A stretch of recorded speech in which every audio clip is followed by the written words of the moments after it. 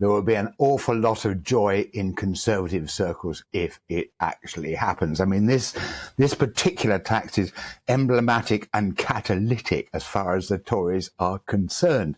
It is said that Rishi Sunak considered touting this during the leadership election. Then he thought it might have felt a bit desperate because he's so far behind. But the reality is, if he had done so, I suspect that the Tories wouldn't have just made him leader of the party. They would have made him a god as well, and his dog.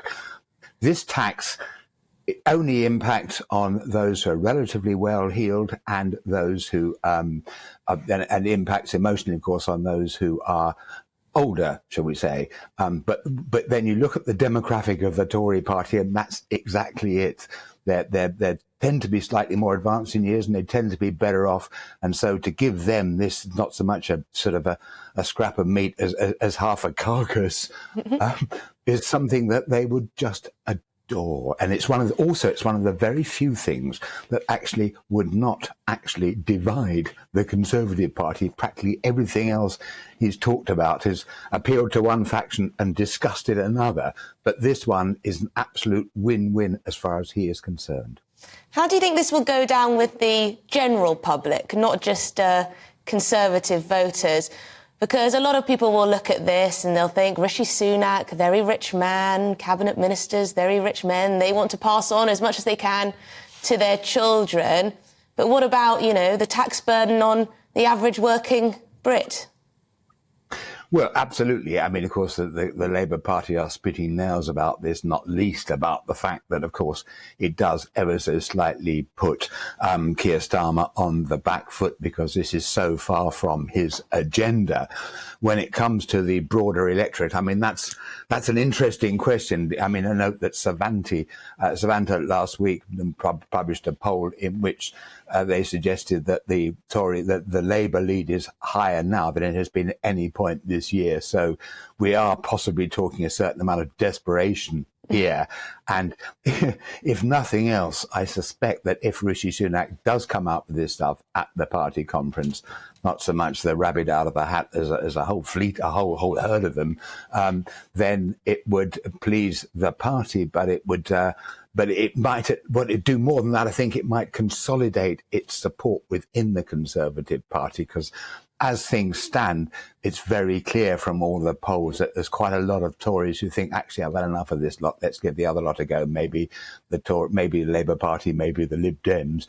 And then they'll suddenly think, hang on a minute, this is the bottom line. Stick with the Tories. Yeah, I mean, it is an interesting tax, isn't it, Peter? We've called it, and it's often been called the most hated tax in Britain.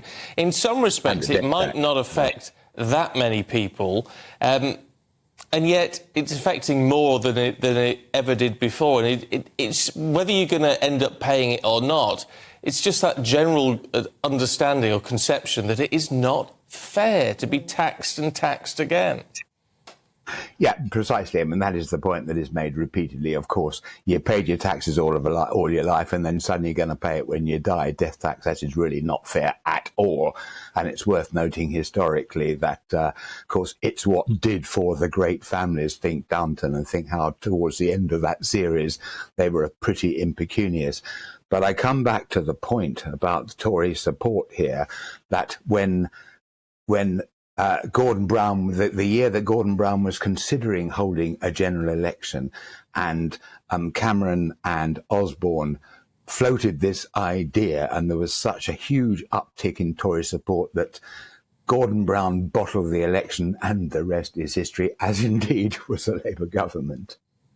You suggested earlier that this might be maybe a bit of a desperate move from Rishi Sunak to try and claw back some support. But it's also, as Stephen said, it's a matter of principle for people. It's like ULEZ, for example, didn't affect many people, really, when you look at the statistics. But that feeling of, you know what, I've worked hard, I think other people shouldn't be slapped with extra costs.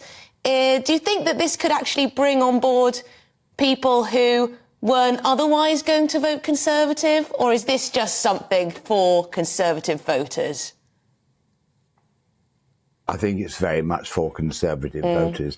I suspect that those who are not minded to vote Conservative anyway will be even less minded to do so on the strength of this, because let's face it, it is a tax cut which is good news for the rich and has no impact on people who are not so well heeled. I mean, what does it mean to people who are renting, for example? What does it mean to people who've got a little place that isn't worth that much? Absolutely zero. Meanwhile, the economy is manifestly strapped for cash, and if you cut that tax, then what? Then how does that impact on, say, cutting income tax, which would be good news for everybody?